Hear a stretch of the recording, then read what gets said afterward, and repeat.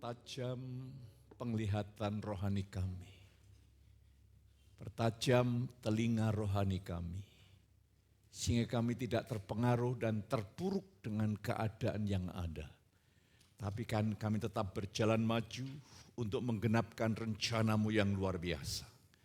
Segala sesuatu akan berubah. Hanya kehendak-Mu yang harus terwujud, terlaksana di bumi ini. Kami percaya Tuhan seluruh kekuatan surga bekerja hanya untuk rencana-Mu yang terwujud di bumi ini. Terima kasih Bapa, di dalam nama Yesus kami berdoa. Haleluya. Amin. Saya silakan duduk kembali. Shalom.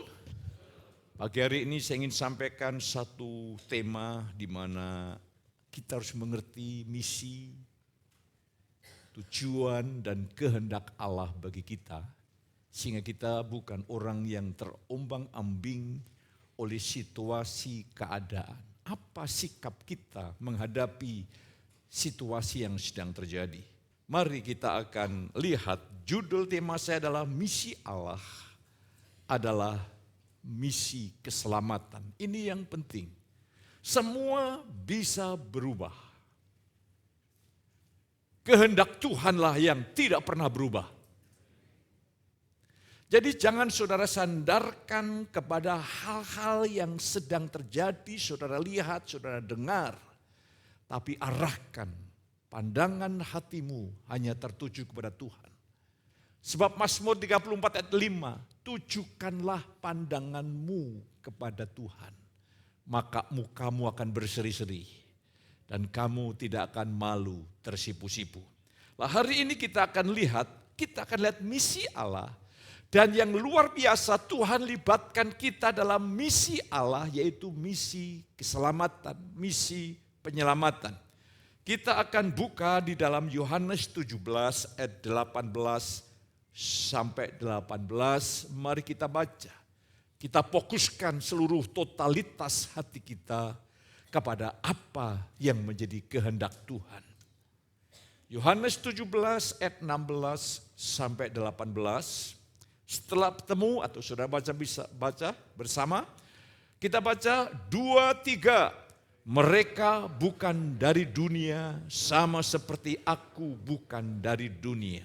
Kuduskanlah mereka dalam kebenaran, firman-Mu adalah kebenaran. Sama seperti Engkau telah mengutus aku ke dalam dunia, demikian pula aku telah mengutus mereka ke dalam dunia. Ini kalimat-kalimat surgawi yang muncul dari Yesus sendiri. Yesus sedang mengangkat kita, memuliakan kita, mensejajarkan kita untuk memiliki identitas seperti Dia. Mereka bukan dari dunia, seperti aku bukan dari dunia.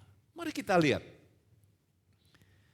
Ini perkataan Yesus untuk mereka, murid-murid, dan sejauh mana orang menerima Injil, kita telah mengalami sebuah perubahan identitas, perubahan kehidupan, perubahan hakiki. Dulu kita mewarisi sifat Adam sebagai orang berdosa. Di dalam Yesus kita telah memiliki sifat kodrat ilahi. Ini satu perubahan yang sangat total dan radikal. Jadi saudara dan saya bukan dari dunia. Kita tidak perlu terpengaruh dengan dunia. Kita tidak perlu tergoncang dengan apa yang terjadi di dalam dunia. Kalau saudara melihat, membaca Alkitab, seorang nabi suatu saat pernah juga ada dalam kegalauan yang hebat. Di mana satu bangsa Kasdim itu bangsa yang sangat-sangat buas, sangat kejam. Diizinkan masuk dan menduduki Yerusalem. Dan mereka melakukan perbuatan-perbuatan keji. Sampai Habakuk berkata, mengapa ini harus terjadi? Berapa lama Tuhan kami akan menyaksikan hal yang seperti ini? Seorang nabi pun bisa goncang, saudara kekasih. Tapi kita mari melihat seluruh isi Alkitab dengan benar. Bahwa di balik peristiwa-peristiwa sejarah, kerajaan demi kerajaan, bangkitnya raja, turunnya raja, ternyata saya tarik kesimpulan, semua ada di dalam tangan Tuhan. Dan sampai Allah izinkan bangsa yang jahat, yang kejam itu menindas umat. Ternyata bangsa Kasdim dalam konteks itu dipakai menjadi alat Tuhan untuk mendidik umatnya.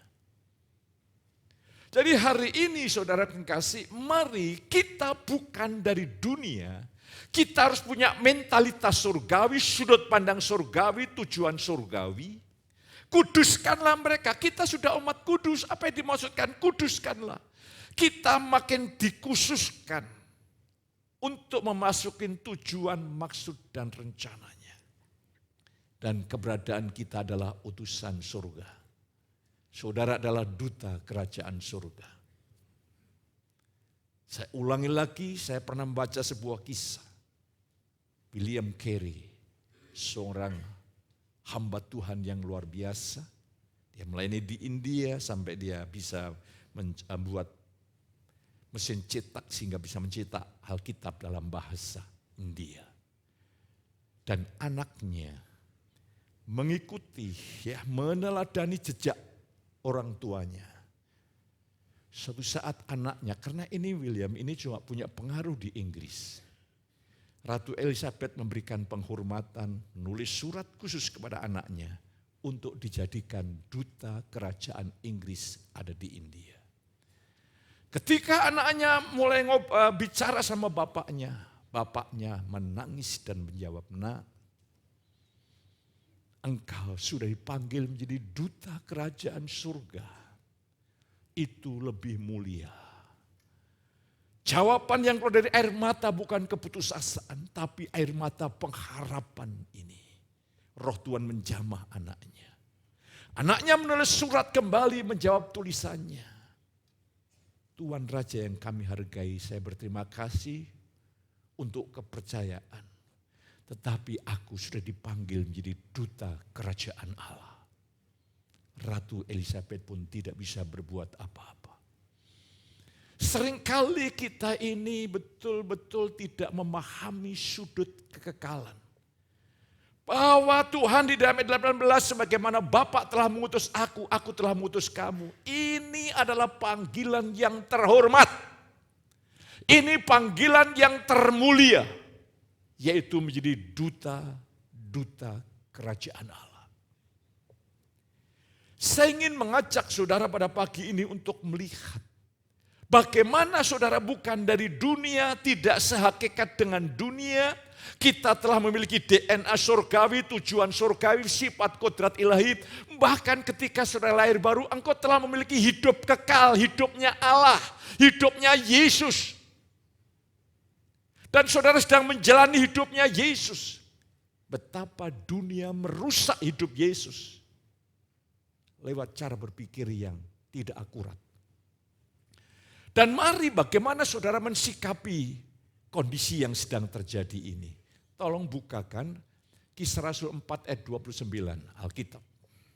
Saya ingin mengajak kita semuanya harus melihat dari sudut kekekalan. Semuanya akan berubah, percayalah, hanya kehendak Tuhan yang kekal selama-lamanya. Di dalam Kisah Rasul pasal yang keempat ayat 29. Dan sekarang ya Tuhan, mereka sedang berdoa. Karena latar belakang mereka berdoa karena situasi mencekam saat itu. Para rasul-rasul ditahan, ada yang Yakobus dibunuh, Petrus melalui mukjizat Allah dilepaskan dari penjara. Pokoknya suasananya cukup chaos bagi orang-orang percaya. Tapi doanya luar biasa dan sekarang ya Tuhan lihatlah bagaimana mereka mengancam kami dan berikanlah kepada hamba-hambamu apa? Keberanian. Untuk memberitakan firman-Mu, yes 30. Ulurkanlah tanganmu untuk menyembuhkan orang. Dan adakanlah tanda-tanda dan mujizat-mujizat oleh nama Yesus, hamba-Mu yang kudus. Kalau setelah melihat Roh Allah turun, bukan murid-murid yang bergoncang, tempat itu bergoncang.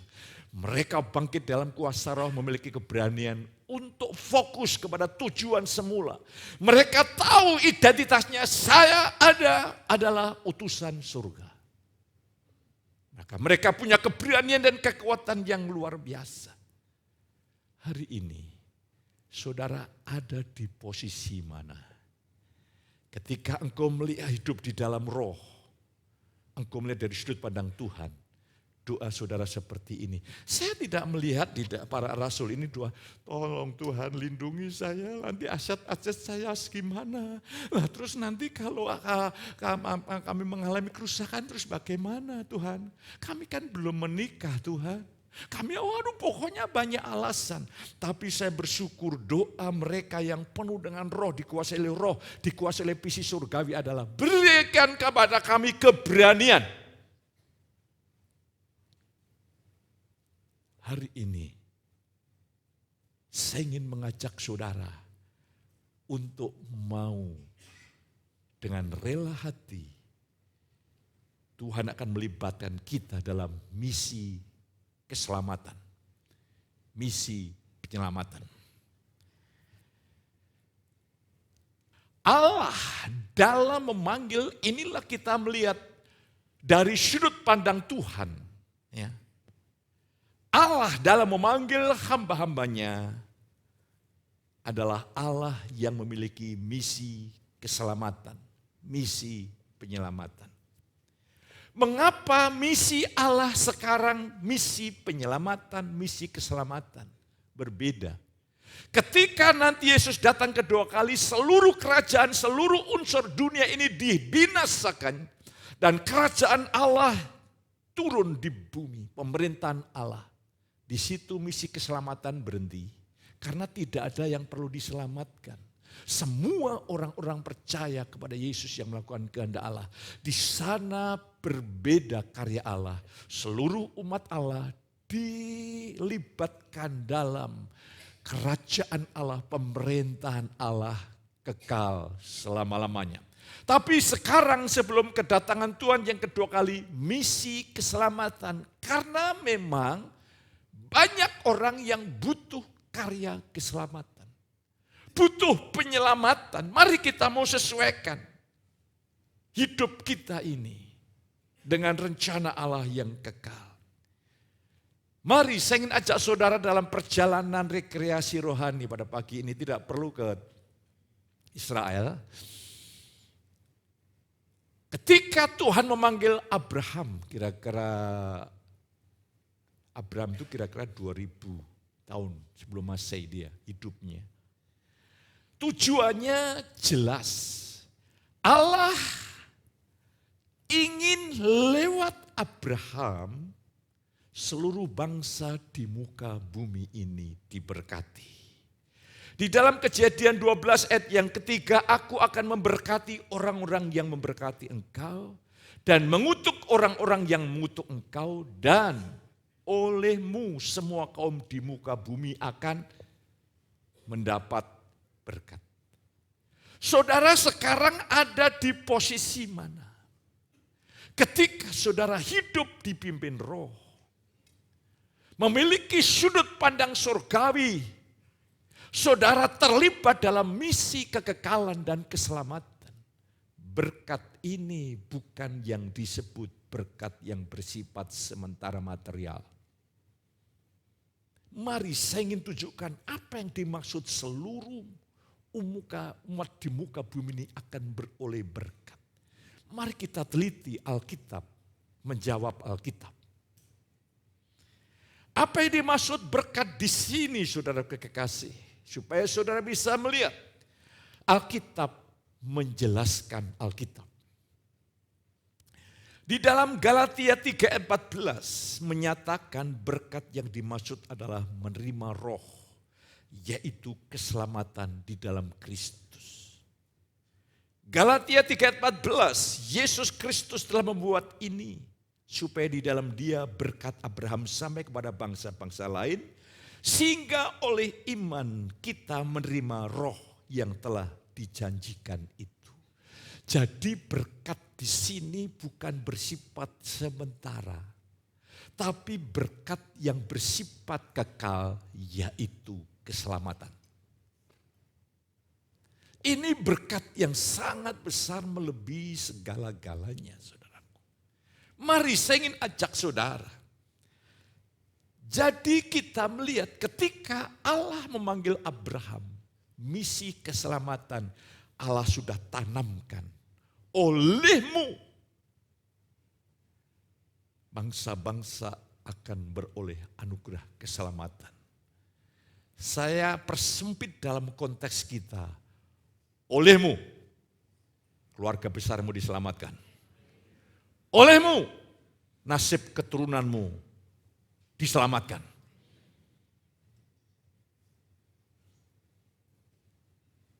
Saya pertama dari keluarga besar yang masuk percaya sama Yesus. Dan lewat saya menyerahkan hidup saya ke dalam tangan Tuhan. Nenek yang paling dekat dengan saya diselamatkan. Bapak ibu saya diselamatkan. Ya, ada memang saudara saya yang belum seiman dengan saya, tapi sebagian besar diselamatkan. Dan hidupnya diangkat oleh Tuhan. Luar biasa. Saudara pikir jadi orang Kristen itu hanya sekedar hari Minggu datang di gereja. Tidak. Ada dampak ilahi yang luar biasa. Ada dampak ilahi yang luar biasa. Ya. Di mana hidup saudara akan dipakai olehmu, keluarga besarmu, sahabat-sahabatmu, orang yang terhubung dengan engkau akan diselamatkan. Dan Paulus meresponi panggilan ini luar biasa. Aku berusaha sedemikian rupa supaya aku tidak menjadi batu sandungan. Supaya aku dapat menyelamatkan sebanyak mungkin orang. Ini meresponi anugerah itu seperti itu. Mari saudaraku kekasih. Tuhan punya tujuan rencana yang luar biasa. Sebetulnya Tuhan punya tujuan rencana yang hebat bagi Yudas. Yudas meresponi yang salah, fatal. Tuhan punya rencana yang luar biasa bagi saudara, tapi seringkali terkendala hanya oleh alasan-alasan yang sepele. Maksud apa alasan yang sepele? Saudaraku, Esau menangis meraung-raung ketika saatnya tiba untuk meraih hak kesulungan. Ternyata hak kesulungannya hanya ditukar dengan semangkok kacang merah. Seringkali hak kesulungan dilibatkan dalam misi keselamatan. Kita tukar dengan semangkok kacang merah, kenikmatan sementara yang sebetulnya tidak pernah memberikan kenikmatan kecuali penyesatan. Lah, hari ini saya ingin mengajak saudara bersama-sama. Bangkitlah pada pagi hari ini untuk saudara rela mau untuk dibawa Tuhan terlibat aktif dalam misi keselamatan. Saudaraku kekasih. Mari saya ingin ajak saudara untuk melihat. Abraham, Alkitab jujur mengatakan di hari tuanya diberkati Tuhan dalam segala perkara. Di dalam kitab Kejadian 24 ayat 1, adapun Abraham telah tua dan lanjut umurnya, serta diberkati Tuhan dalam segala hal. Tidak sulit Tuhan memberkati saudara dan saya. Tidak sulit. Begitu mudah Tuhan memberkati. Saya ingat anak seorang hamba Tuhan di sebuah pulau ya, tidak saya sebutkan. Ya ini hamba Tuhan yang ya salah begitu. Anaknya kerja di Amerika. Setelah kerja di Amerika, anaknya di dalam kasih dia merawat seorang. Dan seorang ini ternyata memiliki kekayaan yang cukup besar. Sebelum yang dirawat ini meninggal, dia tulis surat wasiat, nanti kekayaanku. Anak ini yang merawat aku. Siapa yang bisa merubah nasib di tangan Tuhan? Tidak ada perkara yang mustahil. Seringkali kita batasi Tuhan, saudaraku. Saya sebagai pegawai negeri, ya berkat saya adalah gaji setiap bulan. Yes, tapi Tuhan bisa memberkati saudara dengan cara-cara yang lain. Tapi ingat, berkat lahiriah itu hanya sebagai sarana. Dan tujuan tertinggi Abraham, Allah memanggil Abraham adalah untuk misi keselamatan. Kalau hal-hal yang sementara ini hanyalah sarana, bukan sasaran, iblis tidak bisa mengambil bagian dalam hatimu untuk mengadu-adu emosimu. Tetapi kalau yang sementara ini menjadi sasaran hidup, waduh, aku kok sekarang tidak dihargai, aku tidak sekarang dihormati. Ya memang Tuhan sedang merendahkan kita untuk menyangkal diri memikul salib. Kalau sasaran kita ini hanya perkara-perkara bersifat sementara, saudara, saya banyak pergumulan yang tidak perlu. Akibatnya apa? Karena berfokus diri sendiri, kita kehilangan momentum ilahi. Saat Tuhan ingin memakai kita, kita masih asik dengan diri sendiri. Kerugian besar. Lah, hari ini saya ingin mengajak saudara. Saudara bisa membedakan antara sasaran dan sarana. Rasul Paulus tidak didampingi oleh istri yang sangat baik, yang mencintai. Dia tidak dilengkapi dengan sebuah kemewahan seperti kendaraan-kendaraan saat ini. Tetapi Alkitab mengatakan seluruh dunia yang ada dalam peradaban pada waktu itu mendengar Injil. Karena Paulus. Bahkan Alkitab mencatat seberapa banyak penderitaan aniaya yang Paulus hadapi. Dia tidak pernah mundur. Sampai Alkitab mencatat, ia telah mengakhiri pertandingan. Ini hidup yang sukses itu seperti ini. Aku telah mengakhiri pertandingan. Tapi nanti saya ingin tunjukkan bagi orang Kristen yang duniawi itu bahaya sekali. Bahaya sekali. Lah, Abraham sasarannya jelas. Misi keselamatan olehmu bangsa-bangsa di muka bumi diberkati. Beroleh berkat, yaitu roh keselamatan di dalam Yesus Kristus. Ini anugerah, hal yang sama terjadi dengan saudara. Jangan saudara putus asa karena harapanmu tentang sarana yang kau harapkan tidak seperti yang kau inginkan. Bukan sarana tujuan kita, sasaran, yaitu lewat hidupmu. Banyak orang diberkati, dibangkitkan, diubahkan, kemuliaan Tuhan mengalir lewat hidupmu, itulah sasaran kita. Ada atau tidak ada, kita tidak boleh berhenti di tengah jalan untuk siap menjadi berkat bagi banyak orang. Itulah mental kerajaan Allah itu seperti itu. Ya. Mental kerajaan Allah itu seperti itu. Dahsyat banget. Luar biasa. Tapi kalau kita punya mental yang tidak surgawi, bahaya. Ini sekarang ini kita ini dibuka dengan dunia internet. Waduh. Berita yang sedang menggemparkan seorang yang nama Kristen jelas. Dia pernah kerja di tukang ojek lah begitu dalam masa proses perjalanan hidupnya. Dia tidak belajar dari situasi keadaan, begitu diangkat sedikit. Aduh, bakat-bakat lama duniawinya mulai mengendalikan hidupnya. Mengerikan kesaksian hidupnya.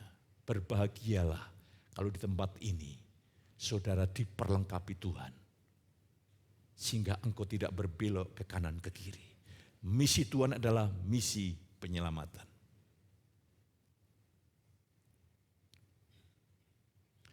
Ada satu keluarga yang datang kepada saya. Karena saat minggu lebih lah begitu. Tidur terganggu, pokoknya terganggu. Ini ada di tengah-tengah kita, saudaraku. Tidak perlu saya sebutkan namanya. Ada gangguan kegelapan gitu loh. Akhirnya ngobrol, saya terangkan kalau kamu menghalau iblis itu caranya begini, strateginya begini, oke, kita sikat dalam nama Yesus.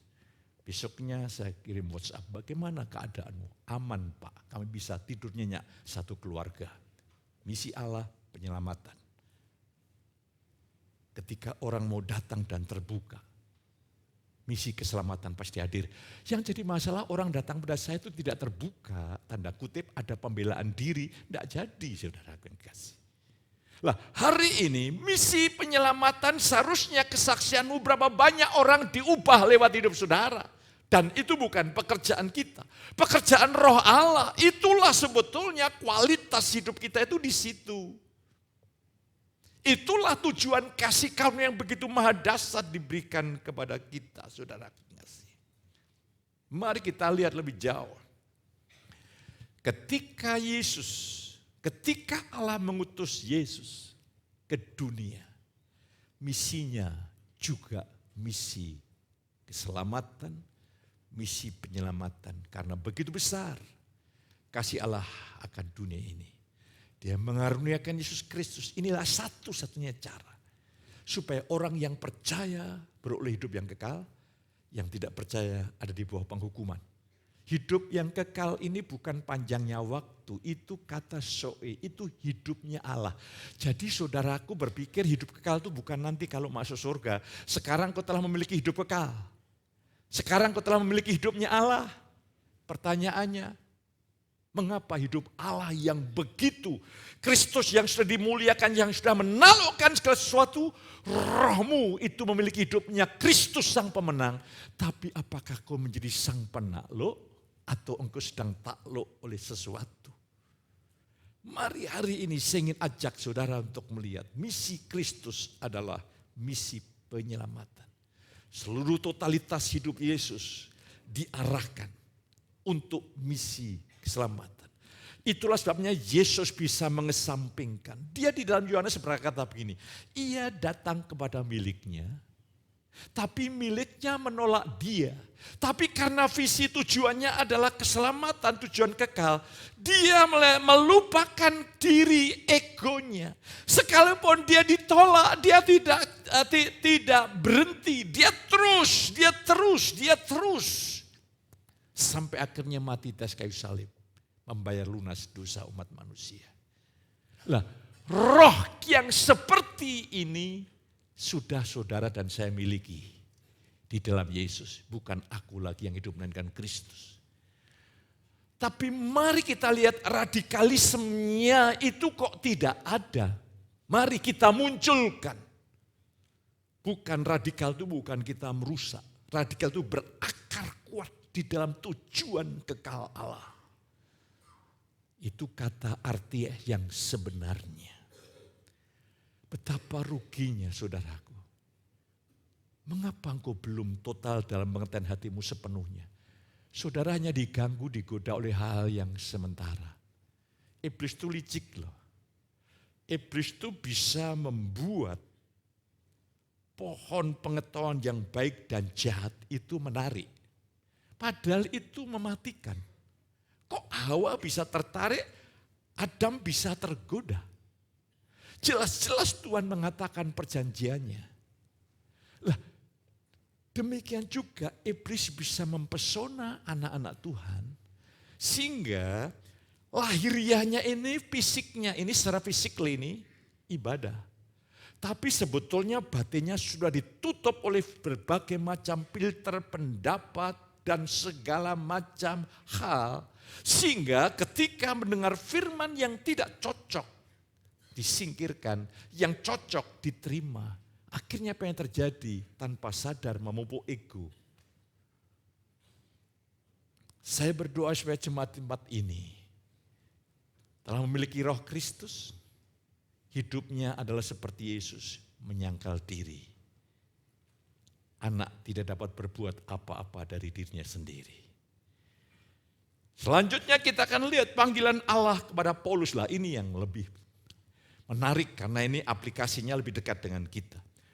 Saudaraku, Paulus dianiaya oleh tentara Roma. Dan tentara Roma bisa disogok oleh tokoh-tokoh imam-imam bisa untuk membunuh Paulus. Dan Paulus orang yang ahli strategi. Dia tahu dalam aturan Roma, kewarganegaraan Roma tidak boleh dianiaya semena-mena. Ketika Paulus sedang dianiaya, dia berkata, aku ini memiliki kewarganegaraan Roma. Oh, tentara langsung berhenti, tidak berani menganiaya semaunya.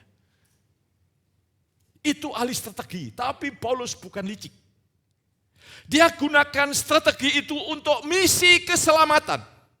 Dia katakan, aku harus naik banding ke Roma. Luar biasa. Tapi ingat, orang yang tulus diberikan hikmat, kecerdasan, kecerdikan, itu akan mempertajam panggilan Tuhan. Tapi orang yang cerdas tapi licik, setiap hikmat yang dilakukannya menjauhkan dari rencana Allah. Paulus tidak semua yang dilakukan mendekatkan Paulus kepada rencana Allah. Paulus ingin ke Roma. Ini strategi ilahi. Karena Paulus berpikir kalau aku pergi ke pusat kekuasaan, pusat pemerintahan pada waktu itu dan Injil masuk di Roma, itu Injil akan mudah untuk menyebar ke seluruh dunia yang beradab pada waktu itu yang dikuasai oleh Roma. Lah, hari ini saudara kasih, Paulus pergi ke Roma bukan untuk mendapatkan peroleh pembebasan hukum, tetapi dia ingin ke pusat Roma untuk memberitakan Injil. Ini orang yang hatinya telah menyatu dengan kehendak Allah. Hatinya telah betul-betul diarahkan, didedikasikan untuk Tuhan. Dan Tuhan selalu meneguhkan.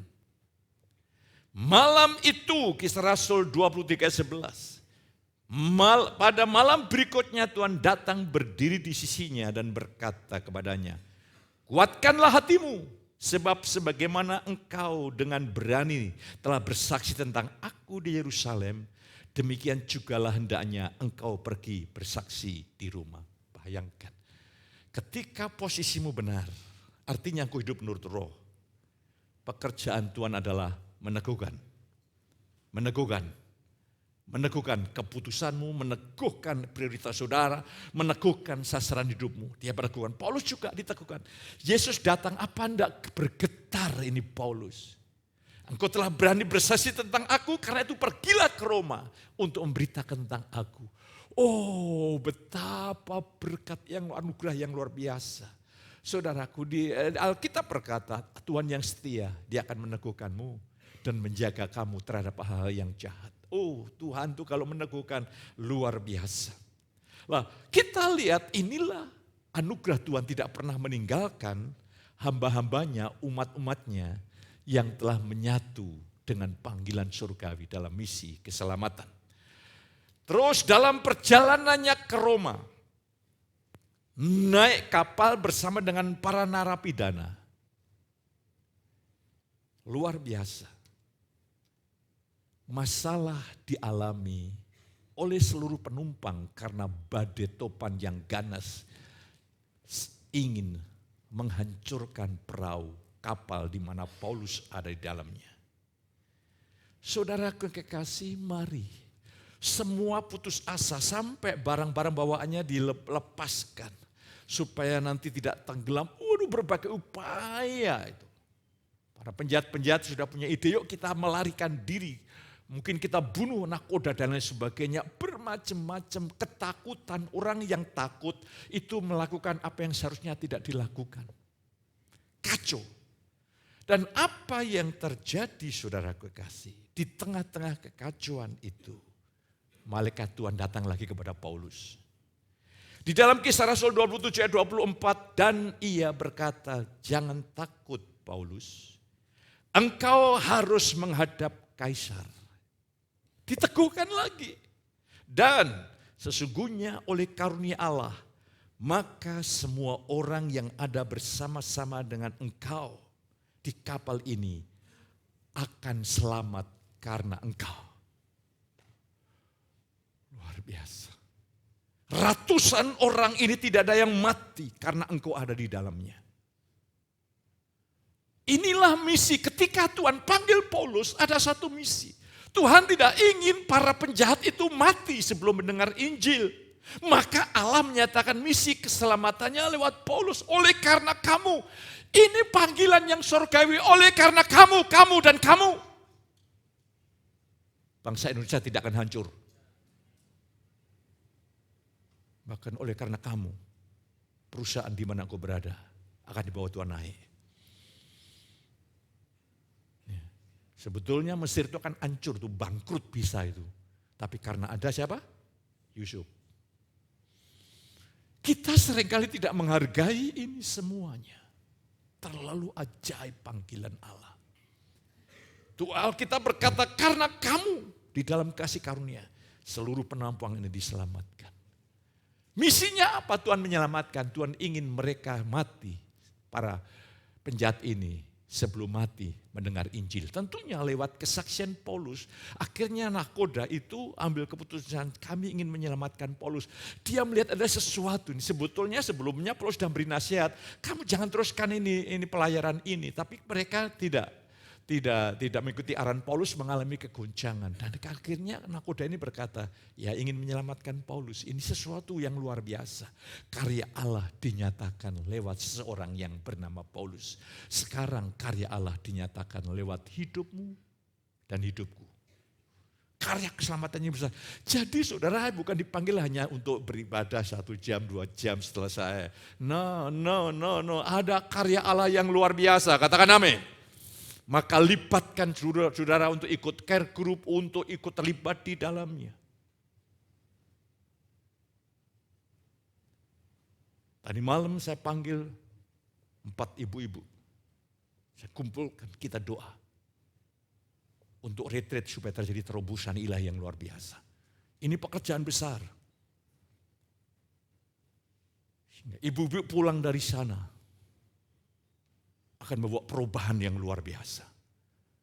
Jadi kita misinya itu misi besar Allah.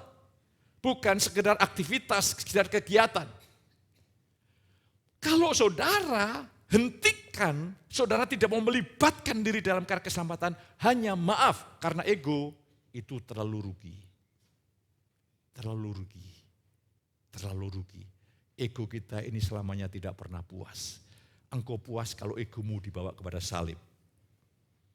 Lah hari ini saya ingin mengajak saudara untuk melihat misi keselamatan itu luar biasa. Ini konteks yang lebih dekat dengan kita. Ini orang Soe, ini tetangganya Penli Talote. Aduh, kami itu membimbing Penli ini ya cukup. Itu salah satu anak yang bersama saya yang banyak menguras energi saya. Saya tanya kemana keluar, saya tidak tidur tunggu dia. Loh, ini paling berani itu dia. Keluar malam saya tunggu, oke, saya koplak dia.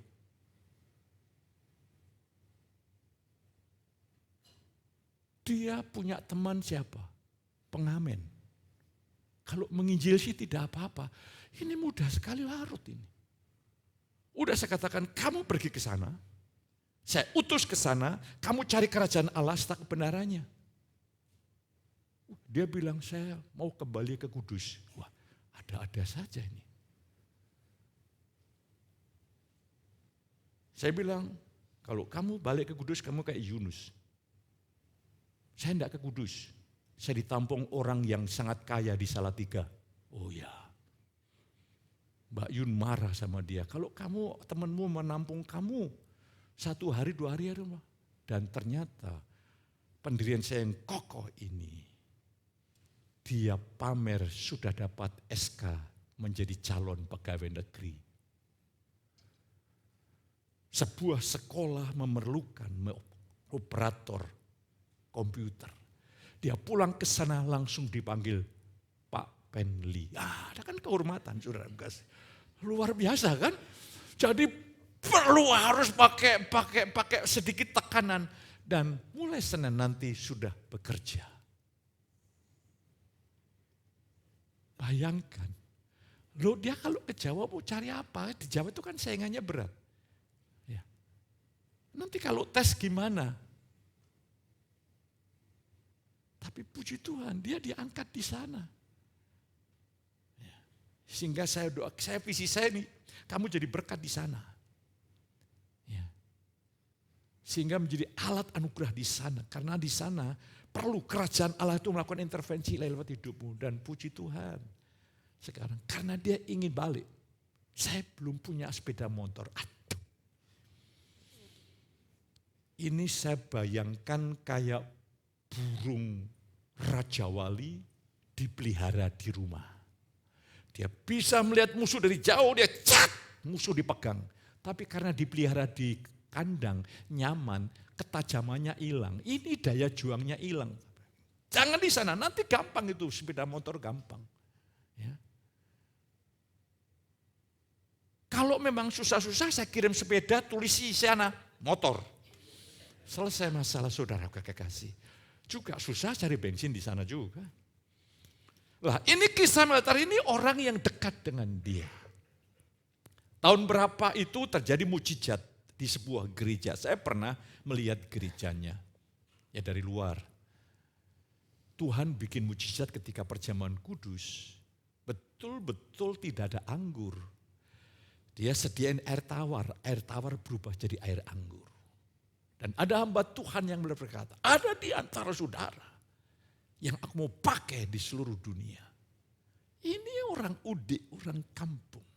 Dia berkata, Tuhan Roh Kudus yakinkan, saya yang dipakai. Sejak itu Tuhan mulai bekerja. Dia bisa mendirikan sekolah Alkitab di Amerika. Coba bayangkan kalau Allah memanggil, Allah perlengkapi. Dan suatu saat cerita secara singkat, dia didorong Tuhan untuk pergi ke Australia. Dia beli tiket, padahal tidak ada janjian pelayanan. Dia pergi aja karena dia sudah pengalaman bergaul dengan Tuhan. Dia naik pesawat ke Australia. Sampai di Australia tidak ada jadwal, pikirannya mulai jalan. Ini saya salah atau tidak, tapi konfirmasi roh di dalam batinnya, enggak, ini dari Tuhan. Dia beli tiket lagi, pulang lagi ke Amerika. Ini bukan jalan-jalan. Tapi belum tidak terjadi apa-apa sampai pesawat terbang masuk di Amerika. Terjadi angin taufan dahsyat melanda seluruh pesawat. Seluruh penumpang di dalam pesawat histeris. Di sebelah pendeta ada seorang ibu. Ibu ini berkata, mengapa Bapak tenang? Meltari bilang, selama aku ada dalam pesawat ini, seluruh penumpang selamat. Karena dia yakin dia ke Australia, dia pulang lagi karena tuntunan Tuhan. Pesawat bisa melewati, turun di bandara. Ibu di sebelahnya bertanya, siapakah Bapak? Saya seorang pendeta. Dia minta didoakan, ibu ini menerima keselamatan di lapangan terbang. Ketika ibu ini pulang ke keluarga besarnya diselamatkan. Katakan amin, kita berikan kemuliaan bagi Tuhan Yesus Kristus. Bagimu yang ada di jalur roh, tidak ada yang kebetulan. Tuhan tahu akan meneguhkan hidup saudara. Terlalu mulia, terlalu indah panggilan Tuhan.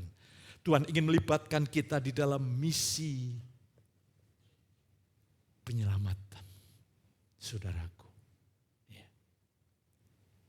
Saya teringat mujizat yang sangat besar yang mengguncang hidup saya adalah ketika saya di Mamasa. Dan orangnya sekarang bekerja di Mamuju. Ketika saya khotbah itu di sana biasanya saya Desember.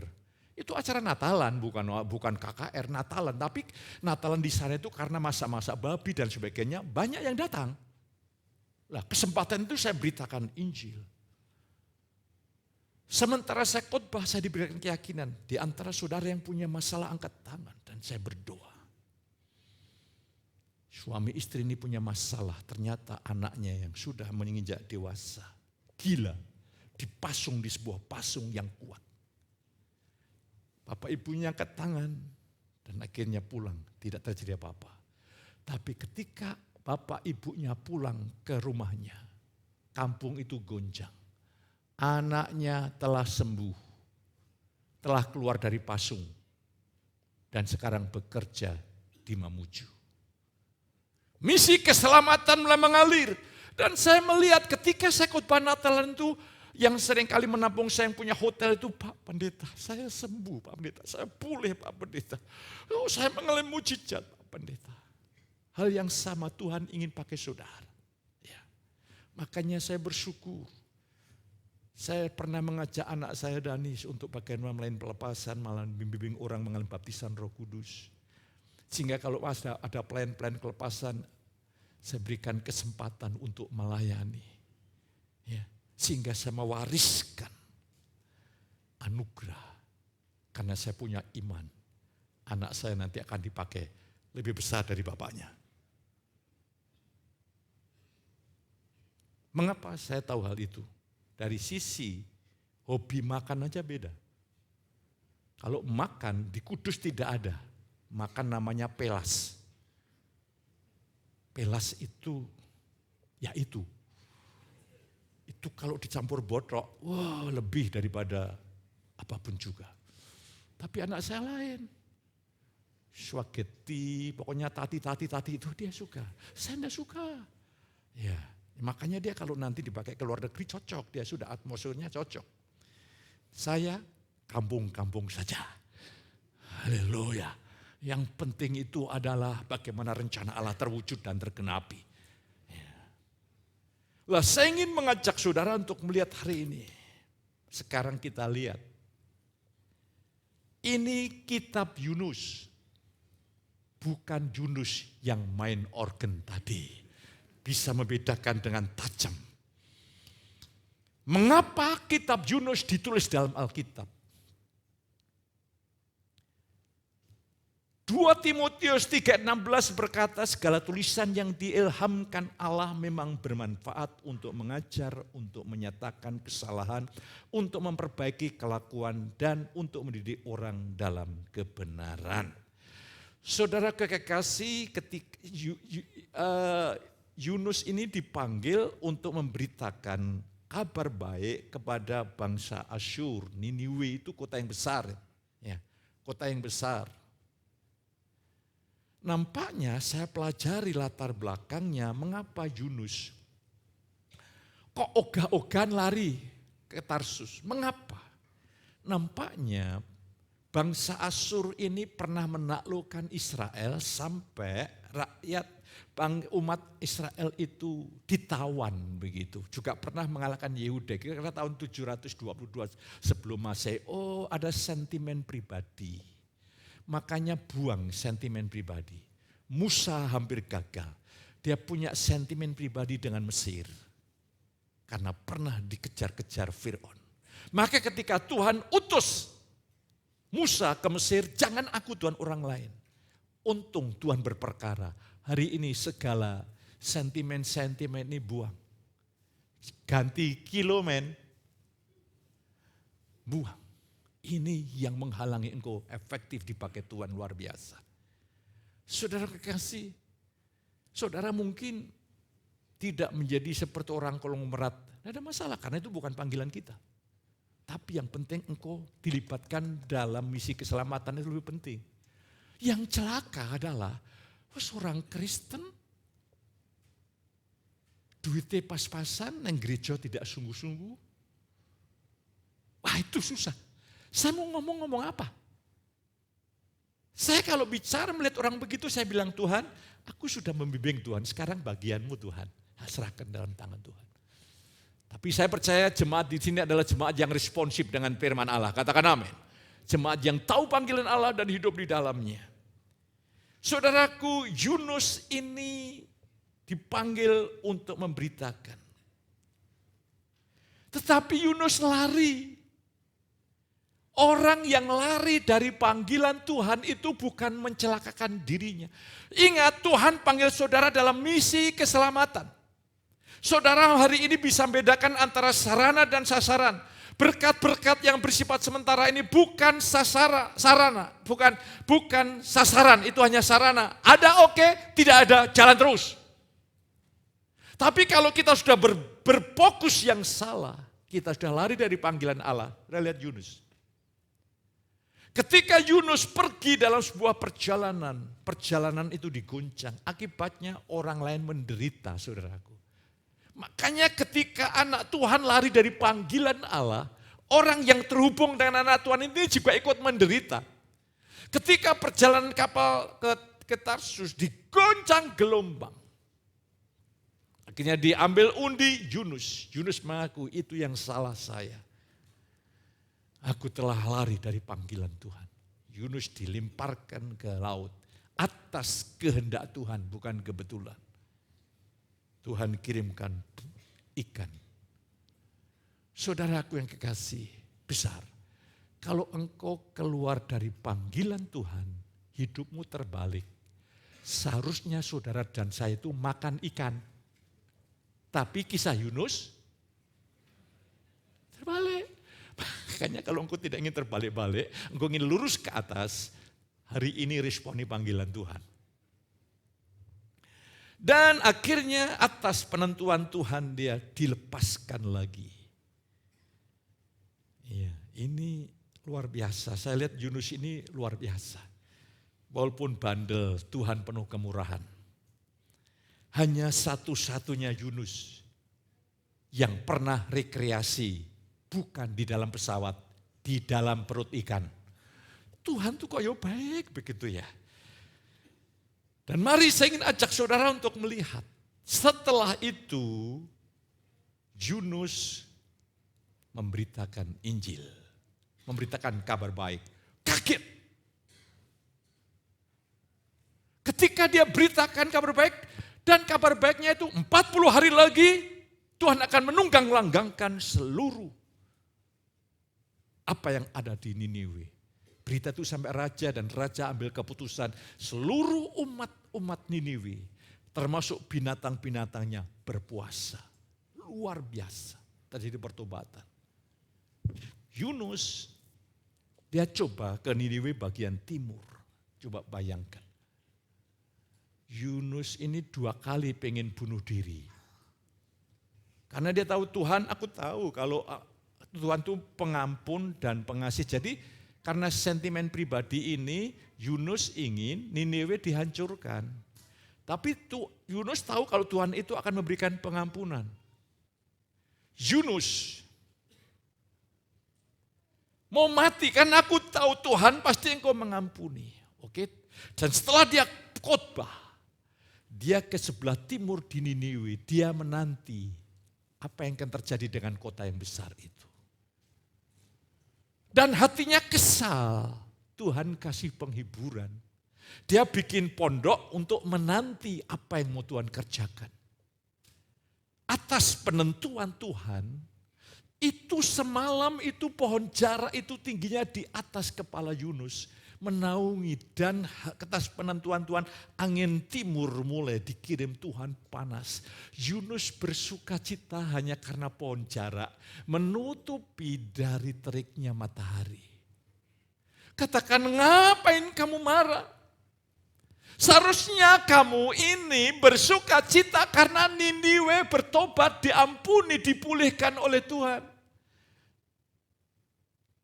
Dan ketika Tuhan lihat begitu, atas penentuan Tuhan, semalam Tuhan kirimkan ulat.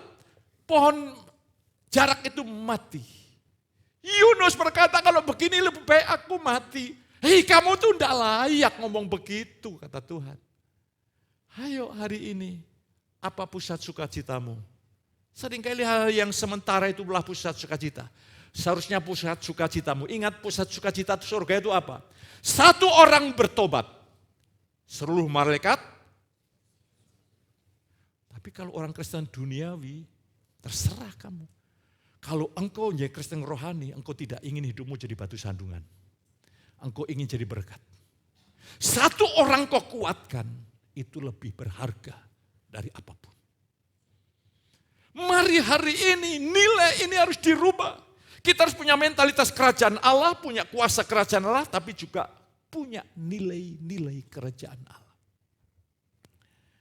Yunus gambaran orang-orang Kristen yang duniawi. Pusat sukacita, pusat pengejarannya adalah hal yang sementara. Bukan melihat kegentaran hati Tuhan, satu orang bertobat saja, seluruh surga bersukacita luar biasa. Karena apa? Karena untuk pertobatan keselamatan itu harganya adalah darah putranya, Yesus Kristus. Allah sangat menghargai darah putranya. Mari saya ingin ajak saudara untuk melihat, saudaraku. Selanjutnya adalah Allah menyelamatkan Martin Luther dengan membaca kitab Roma. Makanya saya kalau belajar kitab Roma itu amat sangat menarik. Itu penuh dengan kekayaan rohani yang luar biasa. Dia seorang doktor teologi, dia seorang imam ya pada waktu itu memang Katolik ya menguasai pada waktu itu. Dan dia bermeditasi itu menyelidiki tentang dirinya, dosanya itu sehari 6 jam. Dan dia bilang setelah mengalami keselamatan, seandainya masuk surga itu karena disiplin, saya yang berhak masuk surga. Tapi ingat, Martin Luther membenci Allah yang sukar untuk disukanangkan. Terus gagal, terus merasa kurang, merasa gagal. Bersyukurlah engkau hidup di dalam kasih karunia itu, bersyukurlah. Dan satu saat Tuhan mulai mewahyukan, orang benar akan hidup oleh iman. Terjadi perubahan yang luar biasa. Tapi ingat, misi Allah adalah misi keselamatan, misi penyelamatan. Tuhan merubah Martin Luther bukan untuk kesenangan pribadi. Tapi kekristenan pada waktu itu mengalami perubahan yang luar biasa. Mempengaruhi Jerman, Eropa, dan lain sebagainya. Itulah titik tonggak reformasi. Saya ingin mengajak saudara, Allah itu bukan Allah yang abal-abal. Dia mau main-main ya. Tidak, Allah itu setiap bekerja, dia punya tujuan ilahi, tujuan yang besar. Ketika pagi hari ini lewat firman yang saya sampaikan Tuhan menyentuh saudara, itu bukan Allah yang abal-abal sekedar memberikan penghiburan semu.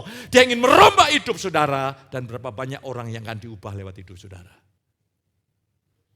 Ini kedahsyatan Tuhan yang luar biasa. Tuhan menyelamatkan setiap saudara dan saya untuk sebuah tujuan ilahi. Saya ingin berikan kepada saudara nilai. Seringkali kita lebih menghargai kekayaan yang bersifat sementara daripada orang lain diselamatkan, dikuatkan, diteguhkan. Yesus pernah di Matius pasal 16 ayat 24-25. Apa gunanya seseorang memperoleh seluruh dunia ini, tapi jiwanya binasa? Satu jiwa bagi Tuhan lebih berharga dari seluruh kekayaan dunia. Itu orang yang rohani akan memiliki nilai yang sama. Makanya saudara yang menghargai perkara-perkara surgawi, mengapa engkau tidak libatkan dirimu dalam doa? Saya minggu-minggu depan saya rubah. Saya ingin doa pagi hanya Selasa, Rabu, dan Sabtu. Kamis malamnya adalah doa malam. Sehingga memberikan kesempatan untuk engkau memperkaya bagi kerajaan Allah. Sehingga engkau yang tidak bisa datang pagi, bisa datang sore. Amin. Kalau pagi tidak bisa datang, sore tidak datang, malam hari jam 1 malam. Kalau jam 1 malam tidak bisa datang, saya doakan. Supaya segera engkau bersama dengan Tuhan, kekal selama-lamanya. Jadi saya itu sampai berdoa minta hikmat bagaimana saya bisa memperkaya jemaat gitu loh. Doa pagi, mau. Doa malam, mau. Tuhan, saya bilang, mau terus ini Tuhan. Ini gimana Tuhan ini? Tuhan bilang, terserah apa yang kau minta hambaku. Saya jawab begini, lebih cepat, lebih baik. Nah ini hanya humor aja saudara yang kasih.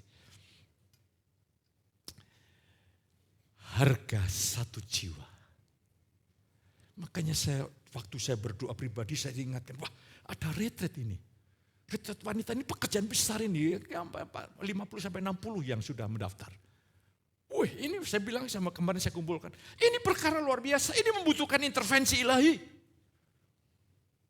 Sehingga betul-betul Kita berdoa supaya bis yang ditumpangi itu dijagai Tuhan. Itu nanti 50-60 naik satu bis. Itu satu gereja. Butuh keselamatan. Butuh pendobrakan penjebolan rohani. Saya bilang malam ini saya berdoa tadi malam. Nanti selanjutnya ibu-ibu mulai lihat bagaimana kaum wanita. Ketika berdoa wanita yang melihat masih kedagingan berubah jadi rohani. Yang rohani jadi yang ilahi. Doakan sungguh-sungguh. Karena khotbah itu tidak kadang-kadang mental. Itu butuh kuasa intervensi ilahi. Dan saya bersyukur mereka meresponi kami siap. Oh, saya kalau melihat orang-orang yang seperti itu, saya mengapa saya panggil orang-orang khusus? Karena kalau mereka masih hidup dalam bebannya sendiri, tak kasih beban stres, saudaraku. Karena saya lihat mereka itu orang yang sudah bebannya diserahkan sama Tuhan. Ya. Saya teringat, ya, anak saya pendeta muda Daniel berkhotbah, pikulaku itu kita ini berjalan bersama Tuhan, saling membagi beban. Saudaraku tahu maksudnya apa itu? Supaya jiwamu datang ke tangan, bebanmu serahkan sama Tuhan. Engkau tidak punya beban, janganlah kamu khawatir tentang apapun juga. Setelah engkau tidak punya beban, Tuhan taruh bebannya. Lah kalau hidupmu penuh dengan beban, tambahin beban Tuhan, aduh habis saudara kasih. Makanya serahkan, kita udah tidak punya beban. Jangan khawatir, serahkan sama Tuhan, baru Tuhan bisa menaruh bebannya. Dan beban yang dari Tuhan itu membuat jiwamu mengalami ketenangan, punya fokus yang benar. Dan hidupmu akan terus disegarkan. Yang penekannya hari ini, ketika Tuhan menjamah saudara pagi ini, berarti Tuhan sudah menyiapkan orang-orang yang siap dijarah. Orang yang siap diberkati, katakan amin. Sekarang ini coba cek, orang-orang yang terhubung dengan saudara. Jangan-jangan gara-gara saudara ada orang yang tidak mau datang ke gereja. Hari ini bertobat. Sehingga lewat hidup saudara, banyak orang diselamatkan. Haleluya. Saya pagi ini tidak mengatakan kau datang di sini yang pakai sepeda motor tahun depan berubah jadi mobil. Tidak. Bagi saya beli mobil mudah. Berapa kali saya beli mobil? Untuk cucu saya. Mobil-mobilan. Yang penting kan mobil. Saya tidak. Tapi Allah bisa memberkati saudara berkali lipat. Tapi itu sarana. Sasarannya engkau tidak kehilangan fokus. Satu jiwa lebih berharga daripada seluruh kekayaan dunia. Oh haleluya, pelayanan. Ya, kadang-kadang saya utus anak saya ketika ada jemaat yang butuh pelayanan. Oh itu luar biasa. Dan saya bersyukur anak saya responsif banget. Ya, saya bersyukur saya ini mengalami kelimpahan kepenuhan. Saya lihat anak saya pendeta Danis, saya melihat Noni. Waduh, saya melihat menanti Rin nanti bulan-bulan ini ujian masternya. Saya lihat luar biasa. Saya bersyukur Tuhan itu luar biasa. Bapak-bapak, libatkan dirimu dalam misi keselamatan. Keluargamu akan diatur Tuhan sedemikian rupa. Engkau dapat mantu pun mantu yang menyenangkan gitu loh. Haleluya. Tapi Pak, mantu saya kok rasanya kok menyebalkan. Memang engkau butuh yang seperti itu. Tapi kalau engkau hidup dalam roh, Tuhan bisa mengubah kutuk jadi, oh ya tahu gitu kok. Amin. Haleluya, sehingga hari ini kok optimis. Hari ini fokuskan, yes, panggilan Allah dalam misi keselamatan saya mau libatkan. Fokus, saya bukan dari dunia. Saya bukan bagian dari dunia. Bahkan saya seringkali Tuhan kau berikan aku kedaulatan penuh. Tidak aku izinkan dosa dunia merembes dalam pikiranku. Itu ada dalam tanggung jawabku di dalam kedaulatan kasih karunia-Mu. Sehingga aku tetap berfokus kepada Engkau Tuhan. Nah, inilah harusnya menjadi tekad mental kerajaan Allah bagi saudara. Siapa yang percaya Yesus diberikan otoritas, berdaulat, ya, itu pilihan, itu kemampuan untuk memilih. Di dalam yang lain dikatakan liberty of doing ya. Jadi kebebasan untuk bertindak itu adalah exousia. Jadi hari ini kau punya kebebasan untuk bertindak. Hidupmu iblis bekerja atau tidak, itu pilihan saudara. Di rumah tanggamu iblis bekerja atau tidak, itu pilihan saudara. Keturunanmu lurus atau tidak, itu pilihan saudara. Otoritas Tuhan sudah berikan kepada kita. Dan pagi hari ini, mari kita serahkan hidup kita ke dalam tangan Tuhan. Jangan kau berkata, Tuhan, yes, aku ingin berubah lebih baik. Percayalah, hanya Tuhan yang bisa mengubah hidup saudara. Hari ini, mari katakan, Tuhan, Kau yang mengubah hidupku. Menjadi pancaran Kristus dalam kemuliaan yang lebih besar. Kita tundukkan kepala pemain musik untuk menyiapkan diri. Tuhan Yesus. Ketika saudara siap dilibatkan dalam misi penyelamatan, itu maknanya engkau mencari kerajaan Allah kepada darahnya. Maka semua yang dicari bangsa-bangsa yang tidak mengenal Allah, itu menjadi bagian hidup saudara.